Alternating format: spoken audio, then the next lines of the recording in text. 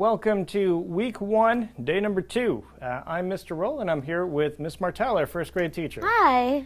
So, first, before we begin our day, a couple quick announcements. In week 1, day 1, we tried our very best to have a very long explanation how to get to every single file and every single Khan Academy video or any other video that our teachers were using in the lesson. Starting today, however, we are not going to have long explanations for every cut when we go to a different video or when we go to a different lesson online. You need to make sure that you have the day's list of links in front of you and click through the links in order so that you can go to the next video. Again, yesterday we had a good time explaining everything and taking a long time to do that. But today we're going to streamline it and make it go a little bit faster. So everybody needs to have the list of links in front of them so you can go to the next part of your lesson. All right, that's it for today's announcements. I wanted to talk for just a moment about Mrs. Martell's award-winning SARCEFT first place science fair project. Ms. Martell, can you tell us a little bit about what you and your first grade class did to win first prize at SARCEFT? Yeah, so the first thing we did was we talked about our body and how we have joints in them.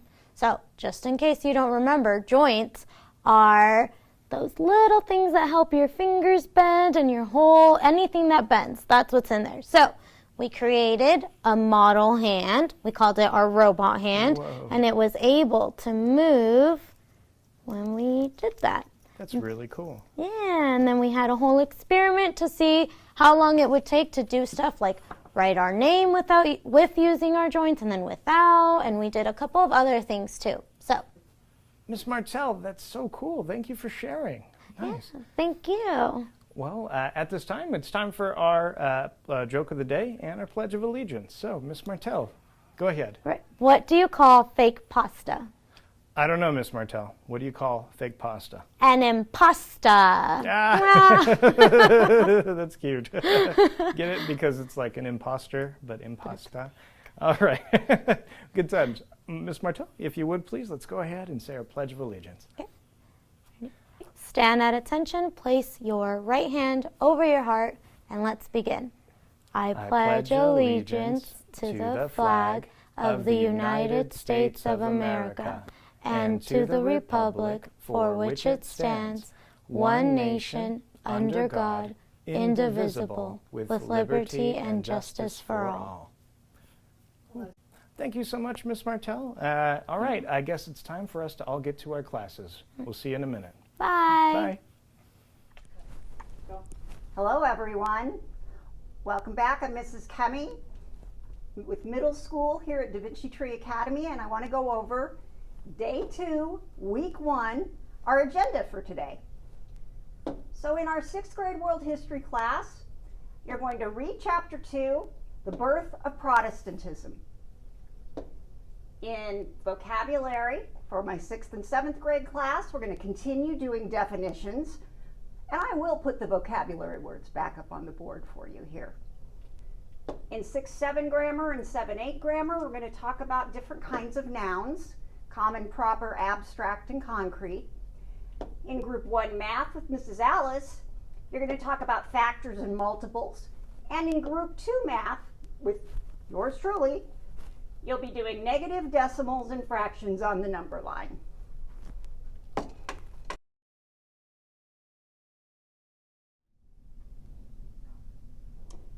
Chapter 2, The Birth of Protestantism.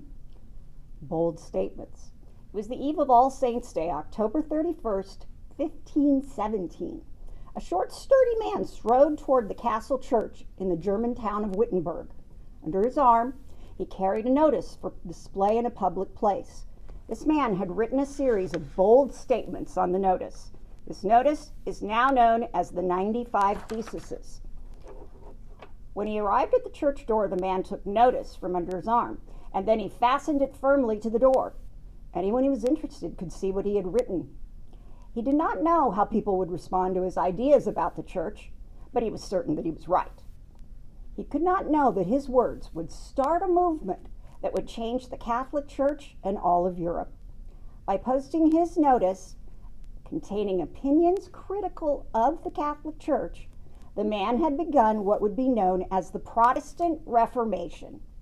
This man was a professor named Martin Luther, and he was born about 40 years after Johannes Gutenberg. Gutenberg's printing press would play a big role in the spread of Martin Luther's ideas.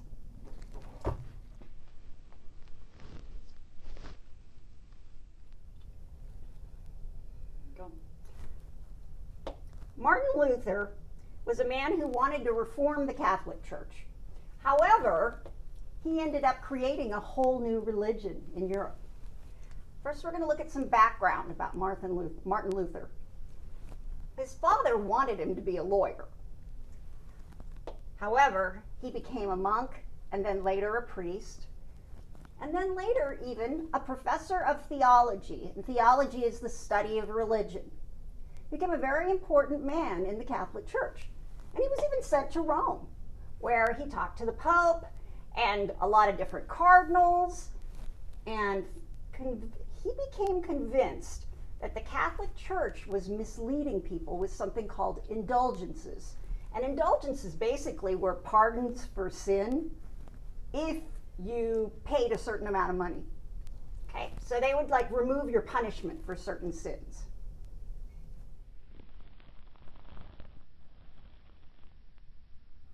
Tell me when. Go. Let's go back to Martin Luther.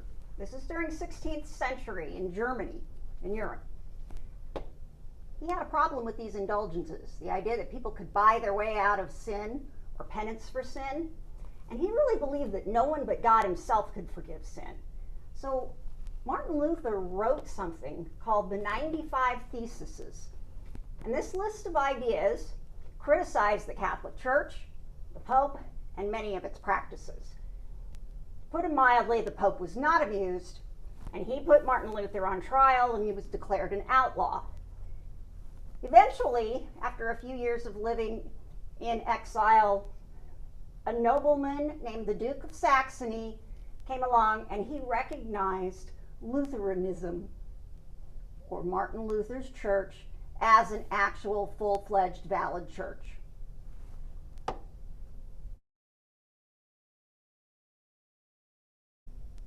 If you hadn't joined us yesterday on day one, this is the list of vocabulary words that 6-7 is working on this week.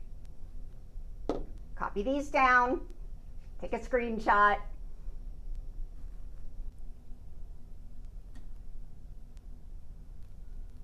Go. Today we're going to look at 6-7 grammar. Again, we're going way back and doing a review of nouns. We have common nouns and proper nouns, and concrete nouns and abstract nouns. Common nouns are usually lowercase letters that begin this kind of word, which is a person, place, or thing. And proper nouns, you can recognize them because they're capitalized. They usually have someone's name or the name of a place or something that is considered needing a capital letter. We remember from yesterday, concrete are solid, like a chunk of concrete. They're touchable nouns. And abstract nouns are ideas and of the mind. Okay, I'm recording a super official science video right now, everybody, so please respect the science. So, all right. I am here, and I'm about to teach you some science. And no, this is not just my excuse for a grown man to play with toys, although it kind of is. All right, so yesterday we were talking about the physics concept of work. And so maybe you understood the video, maybe you didn't. But remember, work is displacement times force. So work equals displacement times force. If I push against this desk and I apply tons of force, but the desk doesn't move, I didn't actually do any work according to physics. So you might be thinking to yourself, what is work good for? What do we actually use the concept of work for? Which is a great question, which was a question that I asked when I was your age. And then again, when I was reviewing the concept here, I was like, wait, why do we use this again? So let me explain what work is good for. Okay, so I have two little cars here. I'm going to put them on my little dots, okay? They're both green. So let's pretend for a second that both of these cars are exactly the same. They're not exactly the same, but let's pretend that they're exactly the same. And let's pretend that my little rook here, my little castle, that the cars need to get to the castle. And they're exactly the same car, and they weigh exactly the same, and they're the exact same distance from the castle. Everybody follow? Cars to the castle. All right, we're cool. But the cars don't work. And so my friend Evie, there we go. Ah, Evie, stand up. My friend Evie has to push the cars to the castle, okay? And so my first car here, Evie pushes the car to the castle. Evie! So he pushes it all the way to the castle. Hooray, he did it, okay? And we can measure the amount of work that Evie had to do to push the car to the castle, because we take the force that Evie applied and we multiply it by the mass of this car, okay? And so Evie did the first car, he pushed it to the castle, hooray, he did a certain amount of work. Now let's say that Evie is going to do the second car now, but Evie notices something about the second car. Even though the second car is exactly the same as the first car, the second car is upside down. Uh-oh, okay? So Evie is pushing the exact same car, the exact same distance, to the exact same place, but the amount of force that Evie has to use to get the car there is much greater, because the car isn't rolling on its wheels.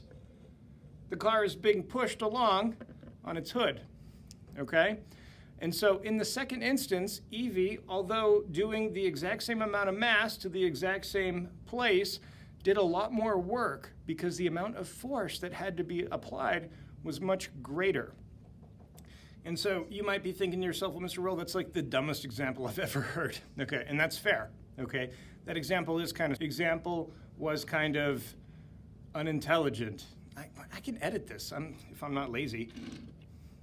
You're probably watching right now and I didn't edit it. All right, anyway, okay. So using a more realistic example, okay? Say that these cars are not exactly the same, but they weigh the exact same amount, okay? Let's say that car number 1 right here has a very well-built, efficient engine. Car number 2 right here, which weighs exactly the same as car number 1, has a not efficient, not well-built engine, okay? Car number 1 can get from here all the way to the castle using only 1 gallon of gas. But car number 2 here, with the inefficient engine, has to use 2 gallons of gas to get all the way over here, okay? Car number 2 would have used up more energy, and car number 2 would have taken more work to get there because it does not travel as efficiently as car number 1. And so the concept of work can be used to measure efficiencies to get things done. The concept of work is also very important if you ever become an engineer. I know there's a few of you like Kiara who wants to be an engineer one day for NASA.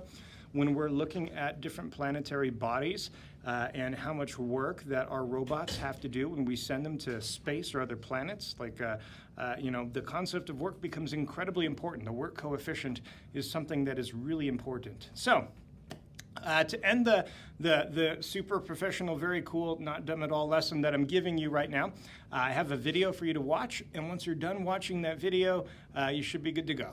All right, well, we'll see you on day 3. Goodbye, everybody.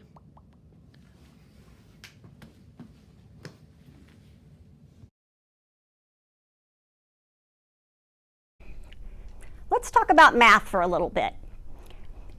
Math Group 1 with Ms. Alice is for those of you who need a little extra help with math and some extra help catching up. If you feel like you're confident that you're at 6th grade level, then head on over to Mrs. Kemmy's and you can work with her math group. And if you feel like you're more advanced than that, then go on over to Mr. Roll's pre-algebra class and you can get the advanced instruction that you need.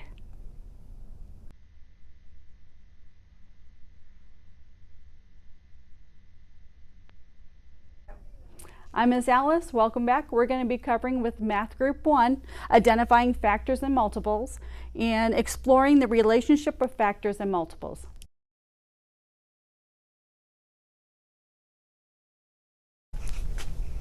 Go. Welcome back. I'm Mrs. Kemi with Math Group 2. Today is day 2 of week 1. And today we're going to look at identifying negative decimals and negative fractions on a number line. See you on Khan Academy. Hey kids, on the way out here, one last really quick note. We're churning these videos out as fast as humanly possible for us. So as a favor, please make sure that you're checking the links when you're done with the videos to see which Khan Academy assignments you need to be doing to follow along. Hopefully next week the videos will be for 6th and 7th will be a little bit longer in terms of like the instruction, and we can be a little bit clearer, but we got to get these videos out because a lot of you have been sitting at home with no schooling for like a week now. So please, at the end of this video, go ahead and check the website. You need to be at davincitree.academy. Click on online learning, click on 6th, 7th grade. This is week 1, day 2. Check and see all of the links so you know what you're supposed to be doing.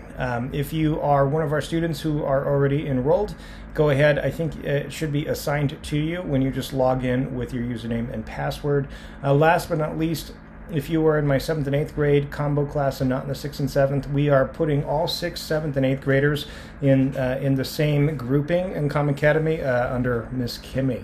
Anyway, if you have any questions, feel free to email. I know a lot of you have already been emailing us, and we've been trying to get back to you as quickly as possible. So I hope you all are happy and healthy, and we'll see you tomorrow. Take care, everybody.